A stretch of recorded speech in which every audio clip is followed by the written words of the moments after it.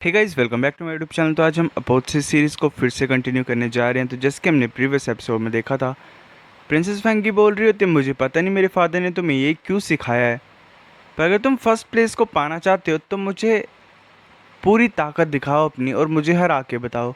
तो episode number 631 की starting होती है। रंग सभी को बोल देता है कि इस स्टोन से उतर जाओ। बाकी सभी वैसा ही करते हैं। रंग बोल रही होती है कि ये कर क्या रहा है, इसने सभी को ऊपर से भेज क्यों दिया। लुजंग सोच रहा होता है, मुझे संस्कृत को साथ साथ में पढ़ना पड़ेगा, मुझे इसके ओरा को पीछे करना है, एक तरीके से अपना ज़्यादा बढ़ाना है इसके मुकाबले। बोल रही होती है कि प्रिंसेस फैंगी ऑलमोस्ट केव के टॉप पे पहुंच गई है। फैंगी बोल रही होती है कि तुम इस टाइम नहीं डॉज कर पाओगे, वो जल्दी से लुजंग के ऊपर अटैक करने के लिए आ रही होती है। बोल रही होती है कि फैंगी नीचे की तरफ आ रही है, क्या ये लुजंग से डायरेक्टली टकराने की कोशिश कर रही है क्या। लुजंग बोलता है, यहाँ पे तुम्हारे साथ टाइम वेस्ट नहीं करना चाहता हूँ मैं भी, चलो एक ही बार में ख़त्म करता हूँ चीज़ों को। अपनी स्पीड बढ़ाता है और वो सीधे ही फैंगी के स्टोन से जाके टकराता है। जितने भी लोग होते हैं फैंगी के स्टोन के ऊपर वो उड़ जाते हैं। इंसान बोल रहा होता है, तो इसीलिए ब्रदर लुजैंग ने हमें पहले स्टोन से उतरने के लिए बोल दिया था। हॉलमैन बोल रहा होता है कि प्रिंसेस फैंगी की स्ट्रेंथ को हम ज़रा भी अंडर एस्टिमेट नहीं करते हैं, पर ये 1-on-1 फाइट कर रही है लुजैंग के साथ। फैंगी एक तरीके से 100 करेक्टर ही पढ़ चुका होता है, वो काफ़ी ज़्यादा स्पीड से मूव कर रहा होता है। फैंगी सोच रही होती है इसकी स्ट्रेंथ अभी भी इंक्रीज़ हो रही है। फैंगी ऐसे एक तरीके से लेके चला होता है फैंगी को अपने साथ, मतलब उसके स्टोन को। फैंगी सोच रही होती है सही नहीं है। लुजैंग फैंगी के साथ पीछे टकरा जाता है। ऐसे काफ़ी ज़्यादा स्मोक होती है हर जगह पे। एक इंसान बोल रहा होता है कि ये वॉल से टकरा गए क्या, इसका मतलब दोनों अभी टेंशन में होते हैं, पर लुजैंग बाहर निकलाता है उस स्मोक से और फैंगी जो होती है वो हार गई होती है। रेफरी होती है वो लड़की, वो भी काफ़ी ज़्यादा हैरान होती है, पर बाद में फिर वो बोल देती है कि प्रिंसेस फैंगी हारती है। ये सोच रही होती है कि हारने को तो छोड़ो, पर अगर मैं ज़रा भी लेट होती स्टोन से निकलने के लिए तो मेरा काम ख़राब हो जाता है यहाँ पे। बाकी हर्ट फ्लो स्पोर्ट्स एक्ट के सभी चेयर कर रहे होते हैं लुजैंग को।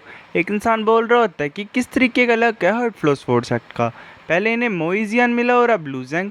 एक इंसान बोल रहा होता है कि इसने एक्चुअल में प्रिंसेस फैंगी को हरा दिया। मास्टर बोल रहा होता है कि ये बच्चा हमेशा मुझे सरप्राइजेस देता रहता है। ऐसे फिर लुजैंग सेकंड ग्रेविटी रूइन को पा लेता है ऊपर की तरफ मूव करते करते। लुजैंग सोच रहा होता है कि ऑलमोस्ट पहुंचने वाले हैं। बाकी बोल रहे होते हैं कि टाई माउंटेन और आइवरी माउंटेन जो वो करंटली अभी ऊपर की तरफ मूव कर रहे हैं। ऐसा लग रहा है जो हर्ट फ्लो स्पोर्ट्स एक्ट है वो जल्दी इन्हें पार कर लेगा।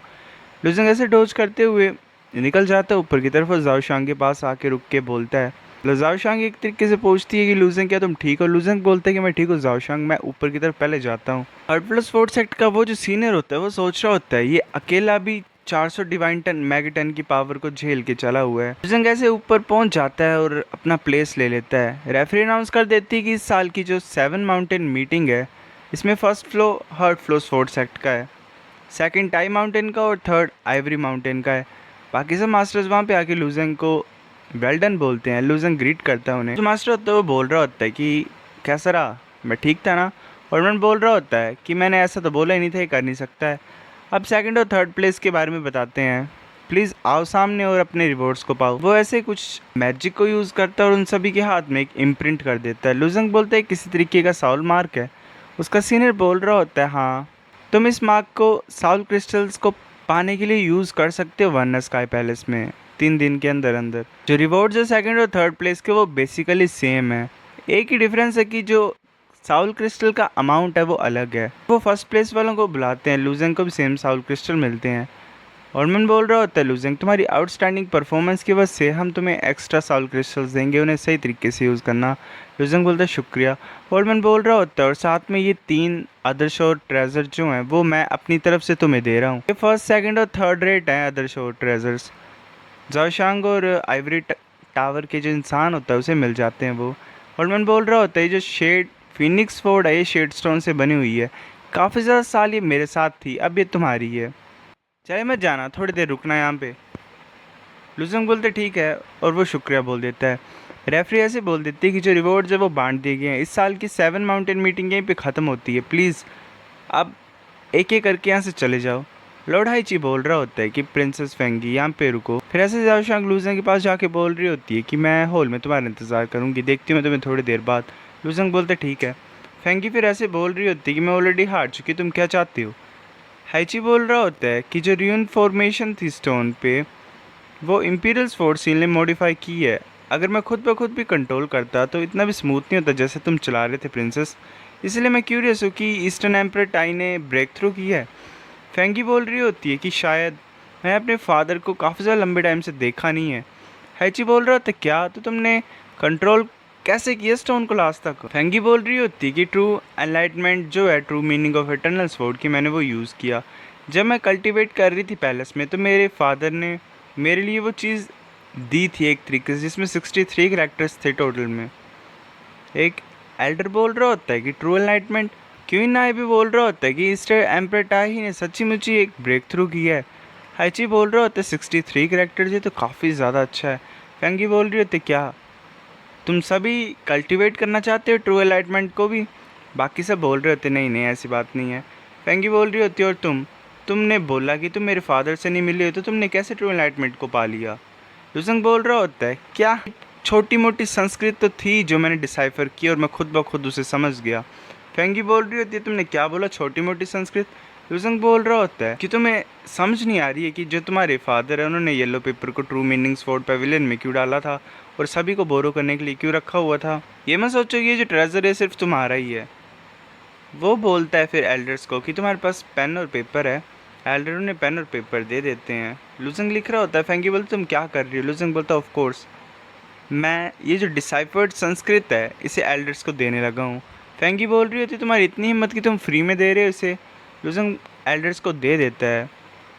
क्यों ना देख रहा होता है और सोच रहा होता है कि हम सचमुच इन्हें रख सकते हैं। लुजंग बोल रहा होता है मैंने इसे डिसाइफर किया, मैं जिस मर्जी चाहूँ उस इंसान को इस चीज़ को दे सकता हूँ, बाकियों को मतलब नहीं होना चाहिए इस चीज़ से। फेंगी बोल रही थी तुम्हारी इतनी हिम्मत तुम मेरे से इस तरीके से बात कर रहे हो। लुजंग बोल रहा होता है कि मैं लुजंग हूँ, मैंने तुम्हें हराया है, ऐसी कोई चीज़ नहीं है जो मैं यहाँ पे नहीं बोल सकता हूँ। और फेंगी बोल रही थी ठीक है मैं तुम्हें याद रखूँगी लुजंग। फिर ऐसे फेंगी वहाँ से चल पड़ती है।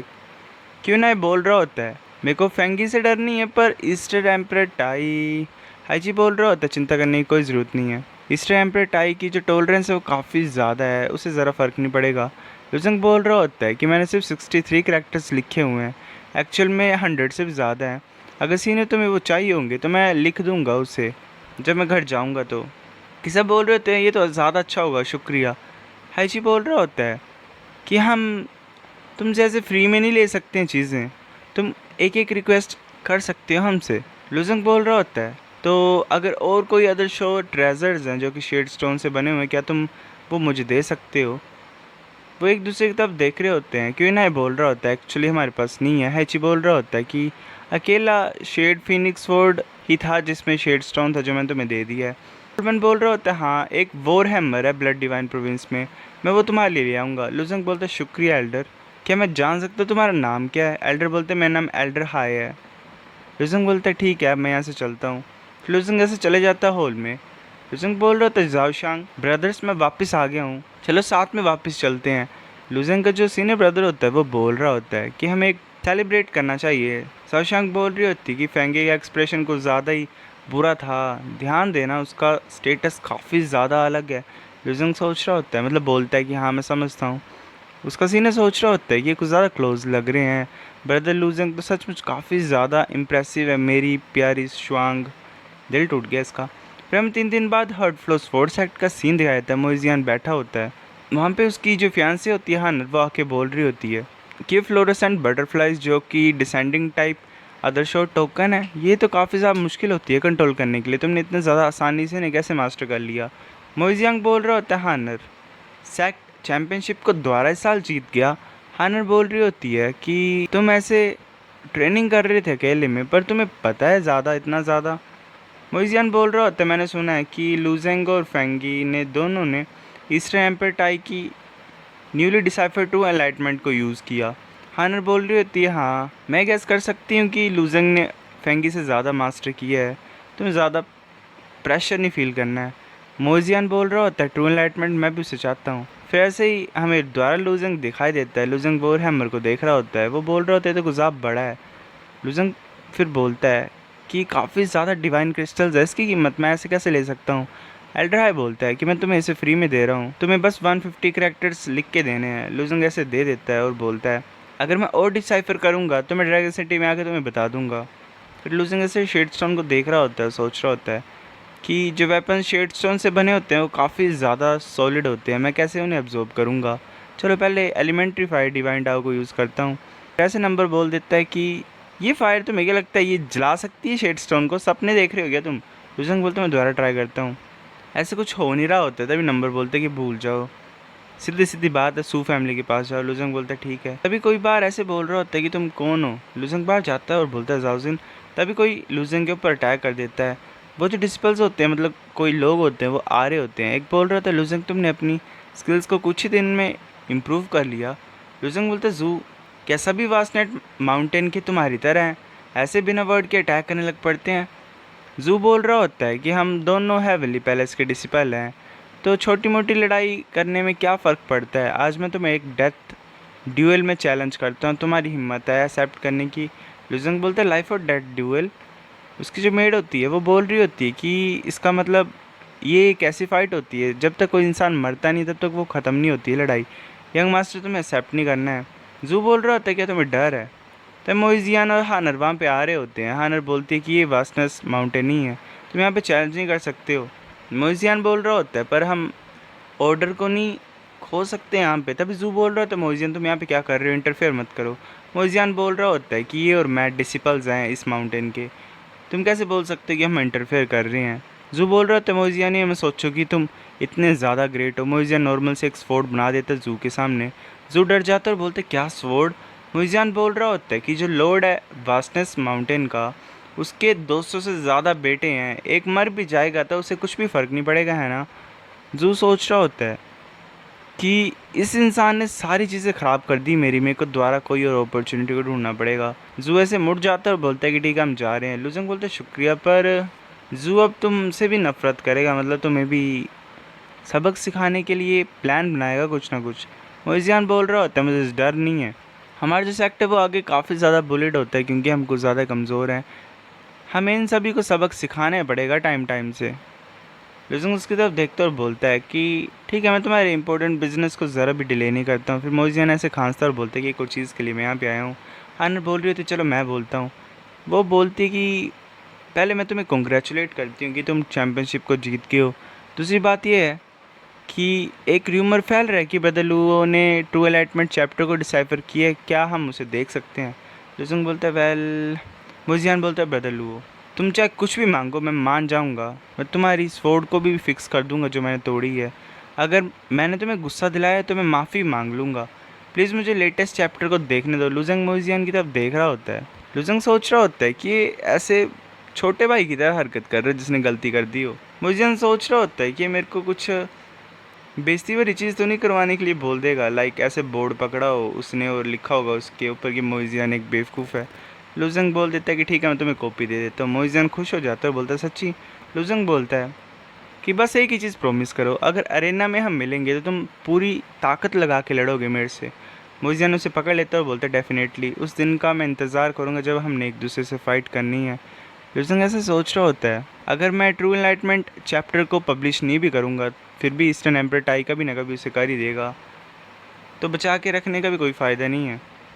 सो गाइस ये एपिसोड इतना था, अब नेक्स्ट लाता हूँ मैं कुछ दिनों में, तब तक मिलते हैं आपसे। बाय।